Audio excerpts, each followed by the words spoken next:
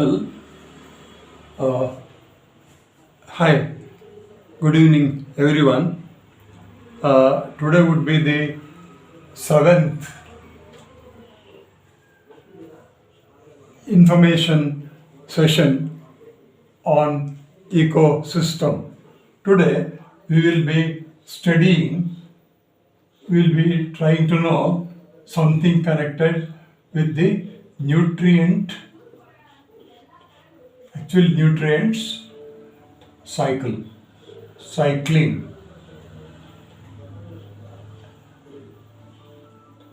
in the ecosystem. So this is an important topic where we have to know that nutrients cycling in the ecosystem. When you think of ecosystem, we have atmosphere. You know this, all of you know this one. We have hydrosphere, that is water, and we have lithosphere. So there are three important areas in the ecosystem where the nutrients will be cycling. The most important thing we should know would be all living beings. It may be as small as a amoeba, or it may be as large as an elephant. It may be a plant, it may be animal. All organisms require nutrients. Why do they require nutrients, and what are the nutrients? We'll think of it. Nutrients living beings require for what purpose? They require for growth. Nutrients are required for repairs. Nutrients are required for energy. Nutrients are required to regulate the various functions in the body. Like that. That means almost every function in the living being depends upon the nutrients. Now, let us try to know something like what are the nutrients normally we require, plants and animals require. Carbon is one important nutrient in the form of elemental carbon. We require nitrogen, we require phosphorus, we require iron, we require molybdenum, then we require nitrates, we have already written, and then we may require calcium. Like that, so many elements are required. These are normally called nutrients. Say for example, all living beings are made up of carbon, and DNA in every organism contains carbon, hydrogen, nitrogen and phosphate. So that means the nutrients are very important, and we have just listed only very important nutrients like carbon, nitrogen, phosphorus, iron, calcium, like that. And then other things may be also present in minor quantities. So if these things are not supplied, then there will not be growth of the animals. There will not be repair, there will be no regulation of energy production. All these things will not be there. So at any living being require these things. Now where are these things present then? Where do we get them? How do they cycle? Most of the nutrients are present in the lithosphere, that is in our soil, land. Some of them may be seen in the hydrosphere, that is in the water, and some of them may be present in the atmosphere. especially for example, carbon dioxide is present in the atmosphere. So that means this between these three, 1, 2, 3 areas, there will be constant exchange of these chemicals or these structures in the form of elemental form, or it may be in the form of the ions, or it may be in the form of the molecules. I'll just take the eraser and try to erase it now. So you now understood that nutrients are very important for the living beings for their growth, repairs, energy requirement, regulation of many activities. The most important nutrients are carbon on one example, nitrogen is another one, phosphate, iron, calcium, like that. See, all these are important, but where do we find them? If you have that question, most of the nutrients are first present in the land. Most of them are present in the land. From the land, it comes to the plants. From the plants, it goes to animals. From the animals, again, it comes back to land and then to water. So this type of movement of these nutrients from one area to another area, from one organism to another organism, and then back to the reservoir is known as nutrient cycling. That means there is a constant changes in the environment, constant changes in the living system, where biotic and abiotic factors will be constantly exchanging chemicals, and that is called the nutrient cycling. So we shall now rub it off and then take this to the next level of discussion. So we just felt that nutrients are very, very important for our activities. Now what we do, we will try to find out the movement of, this is the nutrient we said. Now let's call it now the movement of nutrients. How, from where they move to which place, that we will think of now. In the ecosystem, normally they move from soil, maybe water. From these areas, the nutrients will start moving to the plants. Now plants will fix them up in the form of food materials, and from the plants it goes to the animals. Again, when the animals and plants now they die and decay, then they due to decomposition takes place, and then again they come back to soil. So that means there is a constant movement of the nutrients from one place to other place. Now at least we can think of two different kinds of movements in the ecosystem. We shall now try to say what they are. At least we will find out now at least two different types of movement. One will be the gaseous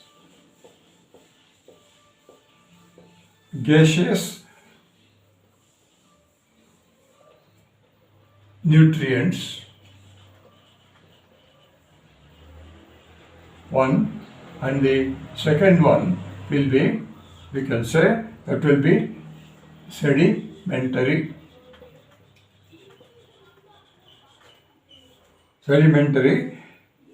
nutrients.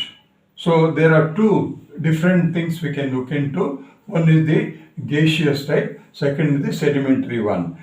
Now gaseous type, especially carbon dioxide present in the atmosphere. This is the reserve, carbon dioxide, that is required.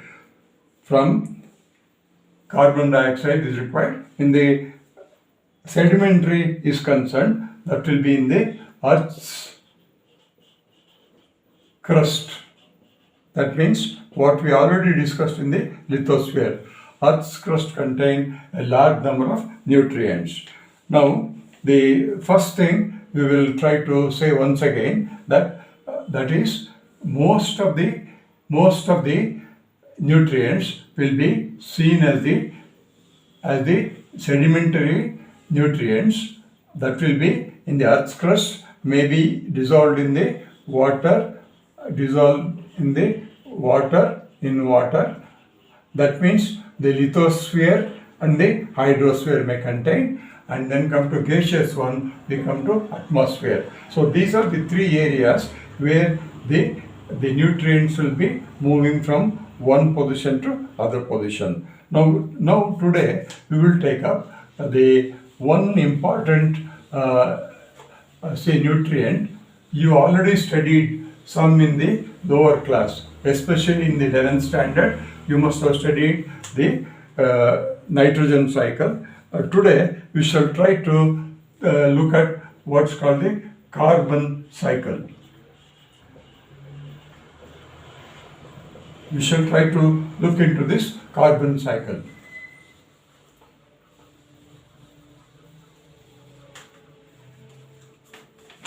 Now, almost about every living beings have carbon in their body, in one form or the other, that will be present. And then nearly 7% of the total 7% of the carbon will be present in the form of in the ocean. And nearly this 48% or 50% of the the carbon may be present in the living beings in the form of carbon. So that means body weight of the carbon, of the living beings, if you take, carbon will be nearly 48%. And then also we find carbon in the fossils.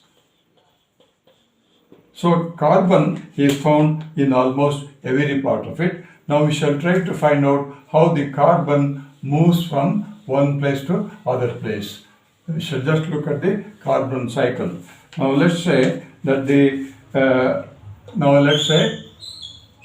first thing is there is carbon dioxide in the atmosphere. That's one thing you must remember. Atmosphere has carbon dioxide. How do you get the carbon dioxide atmosphere? Now the process called respiration. All animals and plants respire. Respiration will give carbon dioxide, and that goes to atmosphere. And then the vehicles will produce carbon dioxide. Industries will produce carbon dioxide, that goes to the atmosphere. And then this is the most important areas how carbon dioxide goes to atmosphere. So lot of carbon dioxide is present in the atmosphere. From there, the green plants, now these green plants will absorb the carbon dioxide in the presence of sunlight. Sunlight energy comes here, and then they fix carbon as molecule of sugar. They fix it, and sugar becomes starch, and then all these things will get into animals, etc. So carbon that is present in the atmosphere in the form of gaseous carbon will be fixed in the form of a carbon molecule, an organic molecule in all the living beings by means of plants. And these plants are eaten by animals, and therefore now the carbon moves from plants to animals. And then once either the plants and animals, they they are dead, they decay.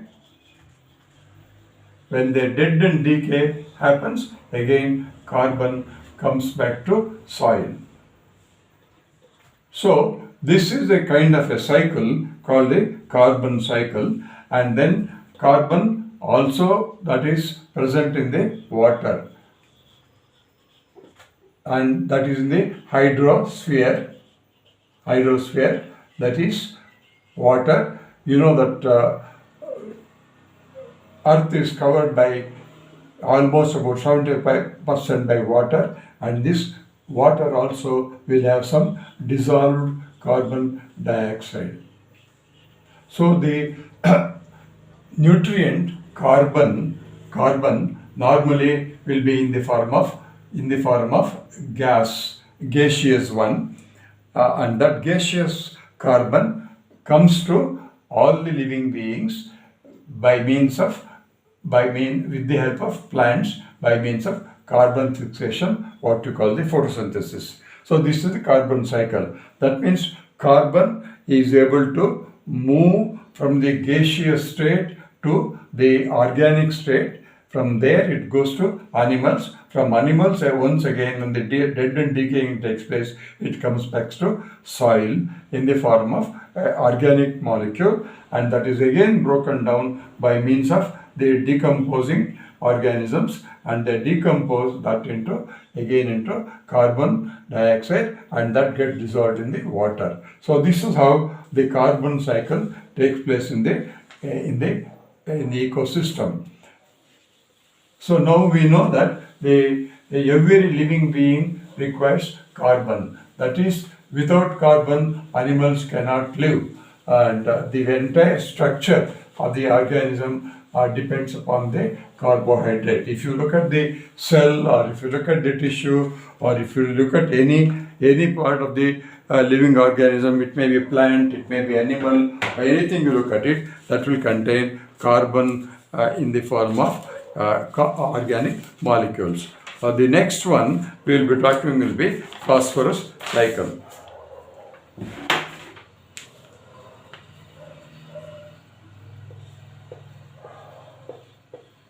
Phosphorus cycle.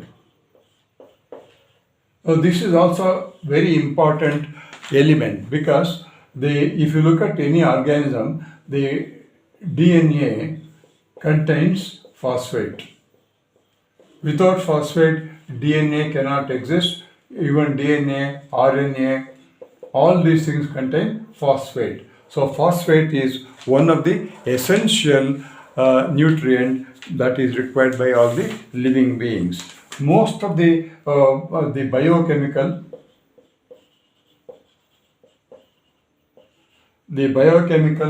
cycle of phosphate is very interesting. When I say biochemical, why I say this? Because most of the living beings have this particular thing called the phosphate, and phosphate is very, very essential for the living beings. Most of the phosphate will be seen in the form of sediments. As I told earlier, it will be in the form of sediment.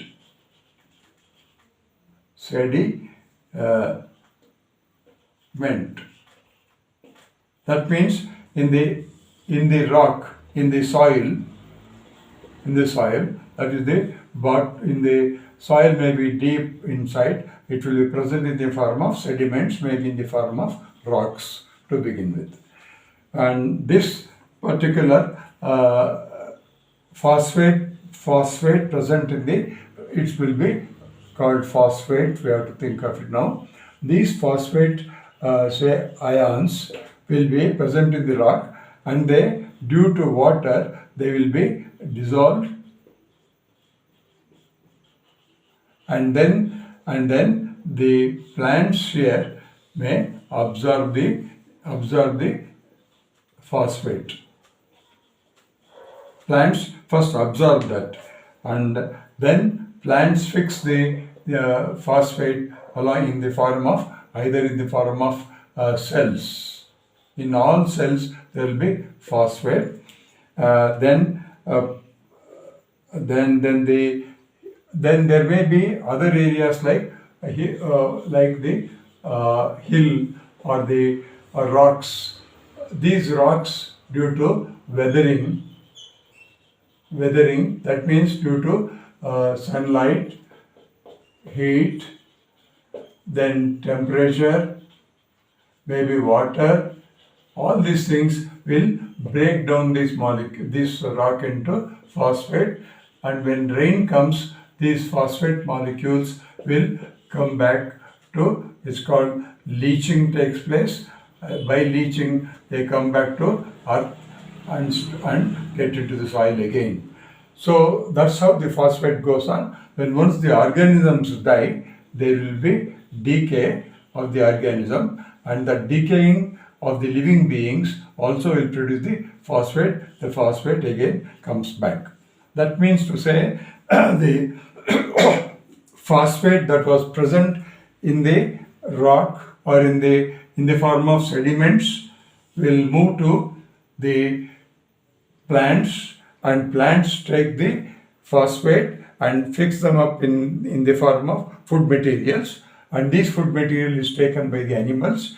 Animals get the phosphate and fix the phosphate in the biomembranes, in their body cells, in their DNA, in their RNA, and the phosphate is fixed. And once again, the phosphate comes back to the earth by means of breaking down for decay. So that is the movement of the phosphorus, and that's called the biochemical cycle of the phosphorus, or what we call the phosphate. So these are the various things we have to remember. That means the biochemical cycle will be going on in the nature without any break. You can understand what an amount of ecological balance all this will be having. If there is no control by any means, then how will this will happen? That is what we call the ecological balancing will be there, and that takes place without anybody's regulation. On their own they do, and how they do is again a very difficult thing that we have to study much more about the ecological balancing. Now lastly, we will have one little small idea that comes up in the class 12th book, and that is connected to what is called the ecosystem services. Ecosystems are, you have heard of the people, service providers. You know that there are people who provide services for us. We have people who service our computers. There are people who service our clothes. There are people who service our computers and all these things. Like that, ecosystem is also known as it gives a large number of services to human beings. That's called ecosystem services. Now in this, you know that because in the ecosystem, a large number of it's a very dynamic system. In this, many processes will be going on, and these processes will produce certain products, and these products are very important. Example, maybe a forest. Forest is a product of the ecosystem. Forest, and from the forest we get many materials, many things we get it. Like that, we have the water purification system. We get water from the nature, and this water is again useful to living beings. Like that, there are many activities of the ecosystem. Without those activities, living beings cannot live. All those activities will be turned in the form of ecological services. This is the latest feeling people have. So without ecological services, that means if the ecosystem do not provide services for us, life will not be there on the earth. This will come to the end of the class 12 ecosystem. Thank you.